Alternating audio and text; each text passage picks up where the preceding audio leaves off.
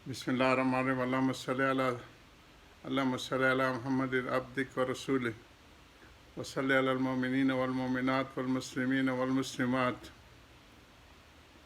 जज़ल्लाहु अन्ना सय्यदना मुहम्मद सल्लल्लाहु अलैहि वसल्लम व अहलुहु बलगुल उला बिकमालिही कशफ़त दुजा बिजमालिही हसनत जमीउ खिसालिही सल्लु अलैहि व आलिही या रब्बी सल्लि व सल्लिम दाइमन अबदन अला हबीबिक खैर खल्क़ि कुल्लिहिम। अन अबी सईद खुदरी रज़ियल्लाहु अन्हु अन रसूल सल्लल्लाहु अलैहि वसल्लम अन्नहु क़ाल अय्युमा रजुल मुस्लिमिन लम यकुन इंदहु सदका फलयफ़अल फ़ी दुआही अल्लाहुम्मा सल्लि अला मुहम्मदिन अब्दिक व रसूलिक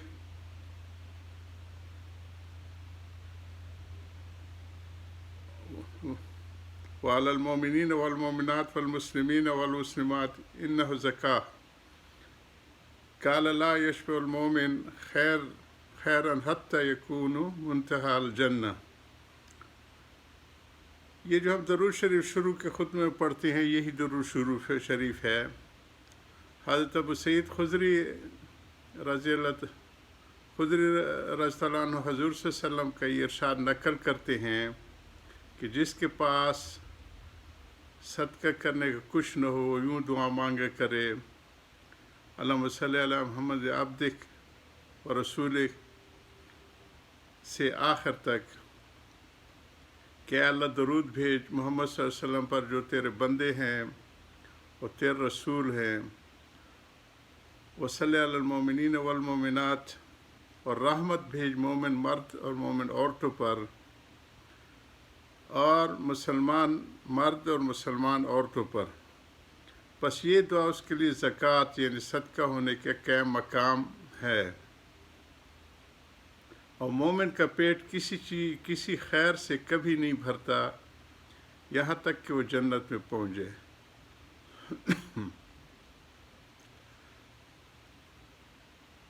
हज़रत अल्लामा सखावी ने लिखा है कि हाफिज़ इब्न हिब्बान ने इस हदीस पर ये फसल बांधी है, इस चीज़ का बयान कि हुज़ूर सल्लल्लाहु अलैहि वसल्लम पर दरूद पढ़ना सदका न होने की सूरत में सदके का क़याम मकाम हो जाता है। उलमा में इस बात पर इख्तिलाफ़ है कि सदका अफजल है या हुज़ूर सल्लल्लाहु अलैहि वसल्लम पर दरूद। बाज़ उलमा ने लिखा है कि हुज़ूर सल्लल्लाहु अलैहि वसल्लम पर दरूद सदके से भी अफजल है, इसलिए कि सदका सिर्फ़ एक ऐसा फ़रीज़ा है जो बंदों पर है, और दरूद शरीफ ऐसा फ़रीज़ा है जो बंदों पर फ़र्ज़ होने के अलावा अल्लाह ताला शान और उसके फ़रिश्ते भी इस अमल को करते हैं। अगरचे अल्लामा सखावी ख़ुद इसके मुआफ़िक नहीं हैं। अल्लामा सखावी ने हज़रत अबू हुरैरा से हुज़ूर सल्लल्लाहु अलैहि वसल्लम की इरशाद नकल किया है कि मुझ पर दरूद भेजे करो, इसलिए कि मुझ पर दरूद भेजना तुम्हारे लिए ज़कात सदक़ात के हुक्म में है। एक हदीस में नकल किया कि जो मुझसे कसरत से दरूद भेजा करे, कि मुझ पर कसरत दरूद भेजा करो कि वो तुम्हारे लिए सदका और ज़कात है। नीज़ हज़रत अली करमुल्लाहु वजहू की रिवायत से हुज़ूर सल्लल्लाहु अलैहि वसल्लम का ये इरशाद नकल किया है कि मुझ पर तुम्हारा दरूद भेजना तुम्हारी दुआओं को महफूज करने वाला है, तुम्हारे रब की रज़ा का सबब है और तुम्हारे आमाल की ज़कात है, यानी को बढ़ाने वाला और पाक करने वाला है। हज़रत अनस रज़ियल्लाहु अन्हु की हदीस से हुज़ूर सल्लल्लाहु अलैहि वसल्लम का ये इरशाद नकल किया गया कि मुझ पर दरूद भेजा करो, इसलिए कि मुझ पर दरूद तुम्हारे लिए गुनाहों का किफ़ारा है और ज़कात यानी सदका है। और हदीस पाक का आखिरी टुकड़ा कि मोमिन का पेट नहीं भरता, इसको साहिब मिशकात फ़ज़ाइल इल्म में नकल किए है, और साहिब मरकात वग़ैरह ने खैर से इल्म मुराद लिए हैं। अगरचे खैर का लफ्ज़ आम है और हर खैर की चीज़ और हर नेकी को शामिल है, मतलब ज़ाहिर है कि मोमिन कामिल का पेट नेकियों कमाने से कभी नहीं भरता। वो हर वक्त इस कोशिश में रहता है कि जो नेकी भी जिस तरह उसको मिल जाए वह हासिल हो जाए। اور اگر اس کے پاس مالی صدقہ نہیں ہے تو درود شریف ہی سے صدقہ کی فضیلت حاصل کرے۔ اس ناکارہ کے نزدیک خیر کا لفظ العموم ہی زیادہ بہتر ہے کہ وہ علم اور دوسری چیزوں کو شامل ہے، علم بھی شامل ہے اور جو دوسری خیریں بھی اس میں شامل ہیں۔ لیکن صاحب مظاہر حق نے مشکات شریف کی شرح ہے میں بھی صاحب مرکات وغیرہ کی اتباع میں خیر سے علم ہی مراد لیے، اس لیے وہ تحریر فرماتے ہیں کہ ہرگز نہیں سیر ہوتا مومن خیر سے یعنی علم سے، یعنی آخر عمر تک طلب علم رہتا ہے اور اس کی برکت سے بہشت میں جا پہنچتے ہیں۔ اس حدیث میں خوشخبری ہے طالب علم کو کہ دنیا سے با ایمان جاتا ہے اور انشاءاللہ تعالی وہ اس درجے کو حاصل کرنے کے لیے بعض اہل اللہ آخر عمر تک تحصیل علم مشغول رہے۔ باوجود حاصل کرنے بہت سے علم کے اور دائرہ علم کا وسیع ہے جو کہ مشغول ہو ساتھ علم کے، اور تصنیف کے ہو، علم بھی ہو، تصنیف تالیف، یہ ساری چیز جو ہیں آپس میں اشاعت دین کے لیے سارے علم کے شعبے ہیں۔ حقیقت میں ثواب طالب علم اور تکمیل اسی کا ہی ہے، اس کو حق۔ اس قرآن پاک کی 2 آیتیں اور درس حدیث پر اختصاراً ختم کرتے کہ فضائل کی روایت بہت کثرت سے ہیں، ان کا احصاء، ان کا احاطہ کرنا بھی اس میں دشوار ہے، اور سعادت کی بات یہ ہے کہ اگر ایک بھی فضیلت نہ ہوتی تب بھی حضور صلی اللہ علیہ وسلم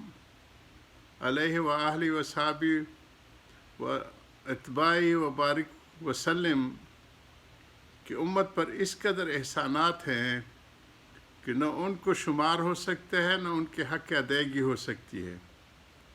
اس بنا پر جتنا بھی زیادہ سے زیادہ آدمی درود پاک میں رطب اللسان رہتا ہے وہ کم تھا، جائے کہ اللہ شان و تعالیٰ نے اپنے لطف و کرم سے اس حق ادائیگی کے اوپر بھی سینکڑوں اجر و ثواب اور احسانات فرما دیے۔ علامہ سخاوی نے اول مجملاً ان انعامات کی طرف اشارہ کیا جو درود شریف پر مرتب ہوئے ہیں، چنانچہ وہ لکھتے ہیں کہ درود شریف کے ثواب میں اللہ جل شانہ کا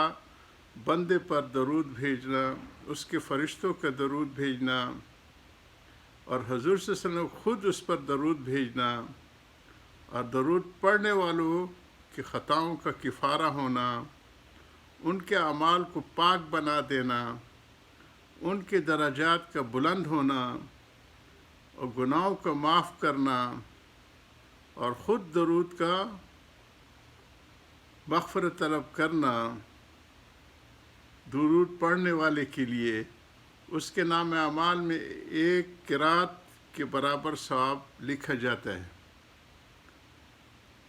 اور قرات بھی وہ جو احد پہاڑ کے برابر ہو۔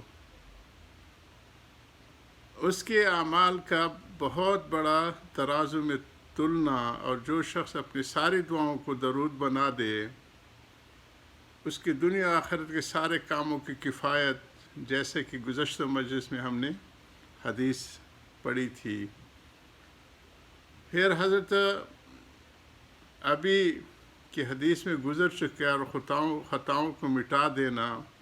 اس کے ثواب کا غلاموں کے آزاد کرنے سے زیادہ ہونا، اس کی وجہ سے خطرات سے نجات پانا اور نبی کریم صلی اللہ علیہ وسلم کے قیامت کے لیے اس کے لیے شاہد و گواہ بننا اور آپ کی شفاعت کا واجب ہونا اور اللہ کی رضا اور اس کی رحمت کا نازل ہونا اور اس کی ناراضگی سے امن کا حاصل ہونا اور قیامت کے دن عرش کے سائے میں داخل ہونا، اعمال کے تلنے کے وقت نیک اعمال کے پردے کا جھکنا، اور حوض کوثر پر حاضری کا نصیب ہونا، اور قیامت کے دن کی پیاس سے امن نصیب ہونا، جہنم کی آگ سے خلاصی کا نصیب ہونا، اور پل صراط پر سہولت سے گزر جانا، اور مرنے سے پہلے اپنا مقرب ٹھکانہ جنت میں دیکھ لینا۔ بہت زیادہ فضائل اللہ تعالیٰ ہمیں کثرت سے درود پڑھنے کی توفیق عطا فرمائے۔ وآخر دعوانا الحمدللہ رب العالمین۔ یا رب صلی وسلم دائما ابدا علی حبیبک خیر خلق کلہم۔